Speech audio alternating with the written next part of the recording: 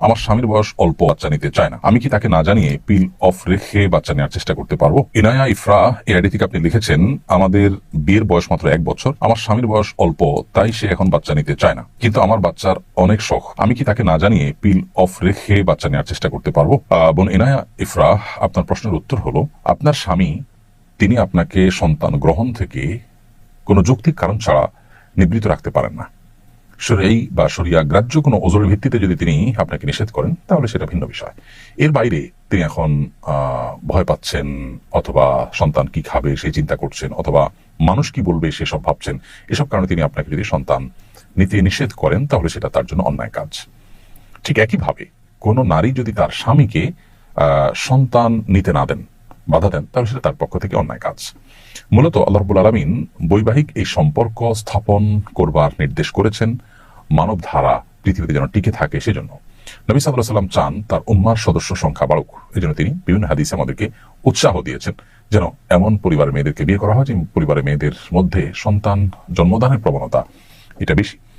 তো সেই জন্য সন্তান জন্ম দেওয়া এটা স্বামী স্ত্রী উভয়ের অধিকার, কমন অধিকার, এবং এই অধিকার থেকে স্বামী তার স্ত্রীকে বা স্ত্রী তার স্বামীকে কেউ কাউকে বঞ্চিত রাখতে পারেন না। সেই জায়গা থেকে আপনি যদি পিল অফ রেখে বাচ্চা নেন তো সেটা আপনার জন্য জায়েজ আছে, এবং এই কাজটা যদি আপনি এরকম নিজে চুপে চাপে না করে তার সাথে আলোচনা করে তাকে বুঝিয়ে কাউন্সিলিং করে করতে পারেন সেটা সবচেয়ে উত্তম।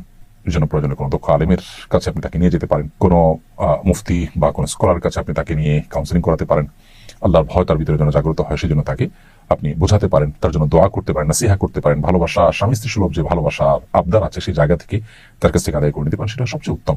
কিন্তু সেটা যদি কোনো কারণে করা না যায় তাহলে আপনি এটা করলে আপনার জন্য সেটি নাজায়েজ নয়। অনেক বোনরাই কিন্তু এটা জানতে চান যে তিনি স্বামীর বাধার মুখে পড়ে পিল খাচ্ছেন কিন্তু তিনি সন্তান নিতে চান, তো তার সেই অধিকার আদায়ের জন্য তিনি যদি পিল অফ করে দেন সেটি তার জন্য হারাম হবে না, নাজায়েজ হবে না, কারণ স্বামী তার অধিকার থেকে তাকে বঞ্চিত করছেন এবং এই রাইট কিন্তু স্বামীকে দেওয়া হয়নি। তবে হ্যাঁ, আবার বলছি, শরিয়া গ্রাহ্য কোনো যৌক্তিক ওজনের ভিত্তিতে যদি হয় সে ভিন্ন কথা।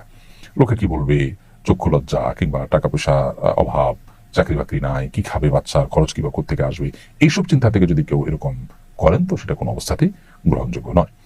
এ বিষয়ে ফতোয়ার বিশ্ববিখ্যাত ওয়েবসাইট ইসলাম কিউ.এ, এটাতে শেখ মোহাম্মদ সালেহ আল মুনাজ্জিদ হাফিজাহুল্লাহর তত্ত্বাবধানে পরিচালিত ওয়েবসাইটে এই ফতোয়া স্পষ্টভাবে উল্লেখ আছে এবং সেখানেও উলামায়ে কেরাম মুফতিগণ এই মত ব্যক্ত করেছেন যে স্বামী কিংবা স্ত্রী কোনো একজন যদি অপরজনকে সন্তান গ্রহণের অধিকার থেকে বঞ্চিত করেন তাহলে সেক্ষেত্রে তিনি তার সঙ্গীর অনুমতি ছাড়াও সন্তান গ্রহণ করবার ইখতিয়ার তার রয়েছে, শরিয়া তাকে সে অধিকার দিয়েছে।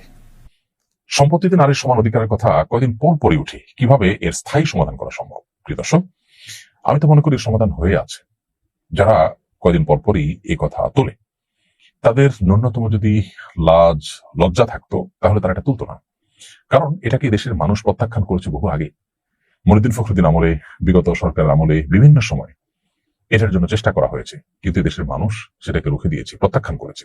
একটা দেশ যদি জনগণের আশা এবং আকাঙ্ক্ষার প্রতিফলন হয় সে দেশের আইনে, সে দেশের সংবিধানে, সে দেশের সবকিছুতে, তাহলে সেটাই যদি হয় তথাকথিত গণতন্ত্র, তাহলে তার দাবি আলোকেই তো এখানে বলা যায় যে নারীকে সম্পদে, বাবার সম্পদে ছেলের সমান ভাগ দিতে কোরআন বলে না, কারণ খরচের দায়ভার নারীর উপরে নেই, টোটাল খরচের দায়ভার ছেলের উপরে। বিধায় মেয়েকে এখানে যে অর্ধেক দিতে বলা হয় সেটাই তার জন্য আসলে অনেক, কারণ খরচের বেলা সে শূন্য। তো যারা এখানে সমান সমান দেওয়ার কথা বলেন এবং তারা মনে করেন যে নারীকে বোধহয় সমান সমান দিলে তিনি স্বাবলম্বী হবেন, পুরুষের টর্চারের থেকে তিনি রক্ষা পাবেন, অনেক পুরুষ খারাপ, তারা সামান্য একটু ভরণ পোষণ দিয়ে স্ত্রীর উপরে জুলুম করে, সেটা আর সইতে হবে না যদি বাবার সম্পদে ডাবল সম্পদ পান।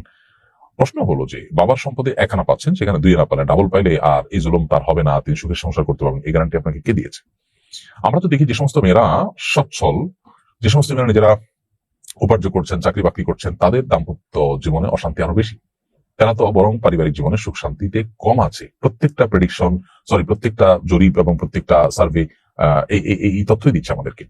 তাহলে বোঝা গেল যে নারীকে সম্পদ এর ক্ষেত্রে বা ভাইয়ের সমান বোনকে যদি দেওয়া হয় তাহলেই শুধুমাত্র এই সমস্যা দূর হয়ে যাবে, তার জুলুম কমে যাবে, তা কিন্তু নয়। বরং যেটুকু শরীয়ত তাকে দিয়েছে সেটুকু যদি তাকে আদায় করার ব্যবস্থা থাকে, যেমন বাবার সম্পদে তিনি পান, মায়ের সম্পদে তিনি পান, ভাইয়ের সম্পদে তিনি পান, বোনের সম্পদ তিনি পান, স্বামীর সম্পদ তিনি পান, এবং সন্তানদের সম্পদ তিনি পান, মোহর হিসাবে তিনি পান, তার সব পাওনাগুলো যদি আদায়ের ব্যবস্থা থাকে তাহলে সেটা দিয়ে কিন্তু তিনি স্বাবলম্বী হতে পারেন, নিজের পায়ে নিজে দাঁড়াতে পারেন। নারীকে সমান অধিকার দেওয়ার কথা বলে মূলত সমাজকে পরিবারের যে বন্ধন আছে, আমাদের পারিবারিক যে সুখ আছে, এটা দূর করার অপপ্রয়াস চালাচ্ছে এক শ্রেণী মানুষ। কারণ তখন পশ্চিমাদের মতো পরিবার ব্যবস্থাপনা থাকবে না, এবং এর কুফল আমাদেরকে ভোগ করতে হবে। আল্লাহ তাআলা আমাদেরকে বুঝার তৌফিক দান করুন। রোজিনা আক্তার, আপনি লিখেছেন, আমার বিয়ে হয়েছে 9 বছর আগে পারিবারিক ভাবে, কিন্তু আমাদের কাবিন হয়েছে মুখে মুখে, কাগজ কলমে নয়। এতে কোনো সমস্যা হবে কিনা? শরীয়তের দৃষ্টিকোণ থেকে তো কোনো অসুবিধা নেই। আপনার 9 বছর আগে পারিবারিক ভাবে যে বিবাহ হয়েছে, এর মাধ্যমে আপনারা স্বামী স্ত্রী হিসাবে গণ্য হয়ে গেছেন, এবং পরস্পর যে হক বা কর্তব্য আছে সেগুলো আপনাদেরকে ঠিক আদায় করতে হবে, এবং মুখোমুখি যে কাবিন হয়েছে তার মাধ্যমেই আপনাদের বিয়ে সম্পন্ন হয়ে গেছে। এখন নতুন করে আপনাদের আর শরীর দৃষ্টিকোণ কিছু করতে হবে না। তবে আপনার কাবিননামা যদি পূরণ করা না হয়, লিখিত যদি না হয়, তাহলে সেক্ষেত্রে প্রচলিত আইনের লঙ্ঘন হওয়ার কারণে আপনি বিপাকে পড়তে পারেন, সেটা ভিন্ন বিষয়। জান্নাত চৌধুরী আইডি থেকে আপনি লিখেছেন, চাচা শ্বশুরের সঙ্গে কি পর্দা করা যাবে? উত্তর হলো, পর্দা করা যাবে নয়, বরং পর্দা করতে হবে। চাচা শ্বশুরের সাথে পর্দা করতে হবে। চাচা শ্বশুরের সাথে আপনি দেখা দিতে পারেন না। একজন নারী হিসাবে আপনার স্বামীর চাচা, তিনি আপনার গায়ের মাহরাম, যার কারণে তার সাথে আপনি পর্দা মেনটেন করে চলতে হবে। নোমান ইবনে সাবের আপনি আইডি থেকে লিখেছেন, আমার বোন সিজারের সময় ডাক্তারের ভুলের কারণে মারা যায়, সে কি শহীদি মর্যাদা পাবে? ডাক্তার ভুলের কারণে যদি মারা যায় এবং চিকিৎসা করতে গিয়ে মারা যায়, শাহাদাতের মর্যাদা তাকে দিতেও পারেন। সাধারণত পেটের পীড়ায় কেউ মারা গেলে, আকস্মিক দুর্ঘটনা মারা গেলে তাকে শহীদের মর্যাদা দেওয়ার কথা হাদিসে বলা হয়েছে। তো এভাবে ডাক্তারের ভুলের কারণে মারা গেলে বা ট্রিটমেন্ট করতে গিয়ে মারা গেলে তাকে শাহাদাতের মর্যাদার কথা সরাসরি বলা না হলেও, অন্যান্য যে 5টি শ্রেণীর মানুষকে যারা এরকম আকস্মিক বিপদের মধ্যে পড়ে যারা মৃত্যুর মুখে পতিত হয়েছেন, তাদেরকে শাহাদাতের মর্যাদা দেওয়ার কথা যে বলা হয়েছে, তার উপর ভিত্তি করে এখানেও শাহাদাতের মর্যাদা তিনি পেতে পারেন, সেই ধারণা আমরা করতেই পারি। এনটি উদ্দিন লিখেছেন, আমার পিতা জীবিত অবস্থায় আমার মায়ের নামে জমি কিনে বাড়ি করে দিয়েছেন। বর্তমানে মাতা উক্ত সম্পদটি সন্তানদের মাঝে বন্টন করে দিতে চান, সেটা তাদেরকে কিভাবে বন্টন করতে হবে? যদি সন্তানদের মধ্যে জীবদ্দশা দিতে চান, সেটা উপহার হিসাবে বিবেচিত, উপহার হলে সমান হারে দিয়ে দিবেন। আর ওয়ারিস হিসাবে তারা প্রত্যেকটা সম্পদের ভাগিদার হিসাবে যদি তাদেরকে দিতে চান, তাহলে মৃত্যুর পরে বন্টন হবে। জীবদ্দশায় তিনি শুধুমাত্র কোরআনের বর্ণনার আলোকে হারটা ঠিক করে ওসিয়ত করে দিয়ে যেতে পারেন, যেন এটা সঠিকভাবে বন্টন হয়। জীবদ্দশাতে বন্টন করা, পরিত্যক্ত সম্পদের বন্টন করা শরিয়াতে বিধিবদ্ধ নয়। তবে হ্যাঁ, উপহার রোপণ হিসাবে দিলে সেটা ভিন্ন বিষয়। মোহাইমিনুল আপনি এআইডি থেকে লিখেছেন, একসময় হিন্দু মেয়ের সাথে অবৈধ সম্পর্কে ছিলাম, তারপর বুঝতে পেরেছি আমি গুনাহের মধ্যে আছি, তাই মেয়েটির সাথে আর যোগাযোগ রাখিনি। হয়তো সে কষ্ট পেয়েছে, এখন কি আমাকে সেই মেয়ের কাছে ক্ষমা চেয়ে নিতে হবে? আল্লাহ তাআলার কাছে তওবা করবেন, এবং সম্ভব হলে আপনি যে আসলে সেরাই কারণে ফিরে এসেছেন এবং নিজের ভুল বুঝতে পেরেছেন, তাকে সেই মেসেজ বার্তা দিবেন।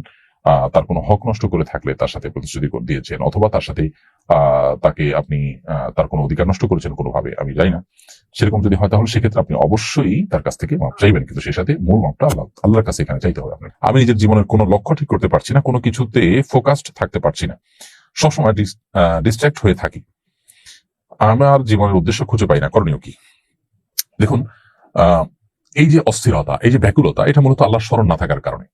আপনি 5 ওয়াক্ত নামাজ, নিয়মিত কোরআন কারীমের তিলাওয়াত, সকাল সন্ধ্যার দোয়া জিকির এবং অন্যান্য সমস্ত আমলগুলোকে কায়ে মনোবাক্যে আপনি করতে থাকুন, পরিপূর্ণ মনোযোগের সাথে করতে থাকুন, মহব্বতের সাথে করতে থাকুন, নেককারদের সান্নিধ্য পরিবেশের মধ্যে আপনি নিজেকে রাখুন, ইনশাআল্লাহ আপনার অবস্থার মধ্যে পরিবর্তন হবে। সেই সাথে আল্লাহ সুবহানাহু ওয়া তাআলার কাছে আপনি বিশেষ কিছু দোয়া নিবেদন করতে পারেন। হিসনুল মুসলিম, রাহে বেলায়েত, আরো দোয়ার যে বইগুলো আছে সেগুলোতে আপনি আপনার এ জাতীয় পরিস্থিতির জন্য, মানসিক প্রশান্তি, স্থিরতা, এগুলোর জন্য আপনি অনেক দোয়া পাবেন। সেই দোয়াগুলো আপনি নিয়মিত পড়তে পারেন, আল্লাহর কাছে সেগুলো নিবেদন করতে পারেন অর্থ বুঝে।